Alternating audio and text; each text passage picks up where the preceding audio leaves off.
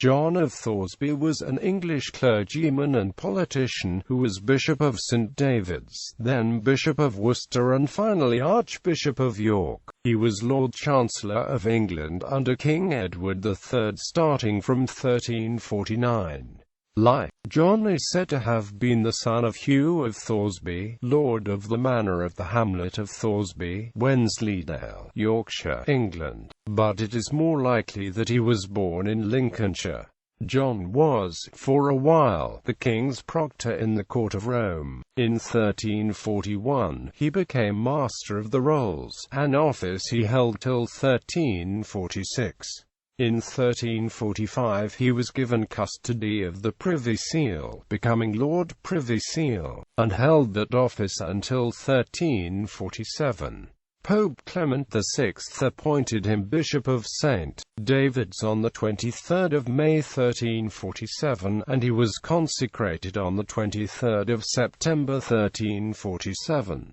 In the same year, Thoresby was in attendance on the king at Calais with 99 persons in his retinue. John became Lord Chancellor of England in 1349, and was translated from St. David's to Worcester on the 4th of September 1349. John's election as Archbishop of York was unanimous and approved by both King Edward III and Clement VI, the latter of whom appointed him on the 16th of August 1352 as of his own right, refusing to recognize the election of the chapter. In 1355, John was a warden of the Cinque Ports and a regent of the kingdom during Edward III's absence. He resigned the Great Seal in 1356 and thereafter devoted himself to the care of the northern province. York was not, at this time, in a satisfactory condition. The highest offices in York Minster had been, since the commencement of the 14th century, in the hands of the Roman cardinals, who were, of course, non-resident. The deanery was held by them between 1343 and 1385.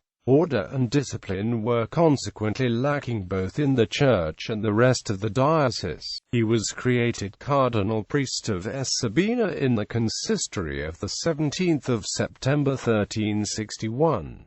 John set himself to remedy these problems as best he might. He had drawn up, in the form of a catechism, a brief statement of what he deemed to be necessary for salvation, comprising the articles of belief, the 10 commandments, the 7 sacraments, the 7 deeds of bodily and ghostly mercy, the 7 virtues and the 7 deadly sins. The catechism was drawn up in Latin, for use of the clergy, and in rude English verse, translated from the Latin by John of Tavistock, a Benedictine of St. Mary's Abbey, York.